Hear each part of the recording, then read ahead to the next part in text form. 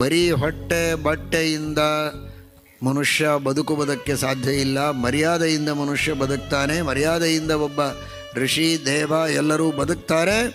ಆ ಮಾನ ಮರ್ಯಾದೆ ಎಲ್ಲರಿಗೆ ಸಿಗಬೇಕು ಅಂದರೆ ನಾನು ನೇರವಾಗಿ ಯಾವ ಕಾರ್ಯಗಳನ್ನು ಮಾಡುವ ಸಾಮರ್ಥ್ಯ ಇದ್ದರೂ ಮಾಡಬಾರದು, ಇನ್ನೊಬ್ಬರಿಂದ ಮಾಡಿಸಬೇಕು ಅಂತ. ಮನುಷ್ಯನಿಗೆ ಎಷ್ಟು ಅಹಂಕಾರ ಇರ್ತದೆ ಗೊತ್ತಾ? ನಾರಾಯಣಾಯ ಪರಿಪೂರ್ಣ ಗುಣಾರ್ಣವಾಯ. ಯಾರಾದರೂ ಹೇಳ್ತೀರಿ? ಸಿಟ್ಟು ಬರುತ್ತದೆ. ನನಗೆ ಈ ಶ್ಲೋಕ ಬರೋದಿಲ್ಲ ಅಂತ ತಿಳ್ಕೊಂಡಿದ್ದೀರಾ? ತಾತ್ಪರ್ಯ ನಿರ್ಣಯದ ಮಂಗಲಾಚರಣ ದೇವಪೂಜಾ ಪ್ರಾರಂಭದಲ್ಲಿಯೇ ಪಠಿಸಬೇಕಾದ ಶ್ಲೋಕ. ನೀವು ನೆನಪು ಮಾಡಿಕೊಡ್ತೀರಾ? ಇಷ್ಟು ಕೋಪ ಬರುತ್ತದೆ ಮನುಷ್ಯನಿಗೆ. ಯಾಕೆ? ಆ ಶ್ಲೋಕ ನನಗೆ ಬರುತ್ತೆ, ನಾನೊಂದು ನಿಮಿಷ ನಿಂತ ಮಾತ್ರಕ್ಕೆ ನೆನಪು ಯಾಕೆ ಮಾಡಿಕೊಡ್ಬೇಕು? ಅಹಂಕಾರ ಇದೆಯಲ್ಲ. ದೇವರಿಗೆ ಹೇಗಿರಬೇಡ? ಸರ್ವಶಕ್ತಿ.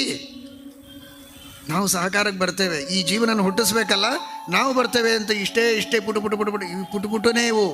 ಅವನು ಇಡೀ ಜಗದ್ವ್ಯಾಪಿಯಾದ ಪರಮಾತ್ಮ ಅನಂತ ಶಕ್ತಿ ನಿಂತಾಗ ಇಷ್ಟಿಷ್ಟು ಜೀವಗಳು ಬಂದು ನಾವು ಹುಟ್ಟಿಸ್ತೇವೆ ಅಂತ ಬಂದರೆ ಯಾಕೆ? ನನಗೇನು ಶಕ್ತಿ ಕಡಿಮೆ ಇದೆ? ನಾನೊಂದು ಸ್ವಲ್ಪ ವೇದ ಪಾಠ ಹೇಳಬೇಕು ಅಂತ ಬರ್ತೀನಿ. ಯಾಕೆ? ನಸ್ತೋ ಮುಖಾದಪಿ ನಿರಂತರ ಮುದ್ಗಿರಂತಂ ವಿದ್ಯಾ ಅಶೇಷಟ ಉತಾಬ್ಜ ಭವೇಶ ಮುಖ್ಯೈ. ನಿರಂತರವಾಗಿ ವೇದಾದಿ ಸಕಲ ಸಚ್ಚಾಸ್ತ್ರಗಳ ಪಾಠವನ್ನು ಹೇಳ್ತಾನೇ ಇದ್ದೇನೆ, ನೀ ಏನು ಪಾಠ ಹೇಳ್ತಿದ್ದಿ?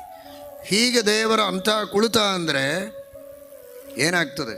ಇಡೀ ಬ್ರಹ್ಮಾಂಡ ಯಾರೂ ಏನೂ ಮಾಡುವಂತಿಲ್ಲ, ಜೀರೋ.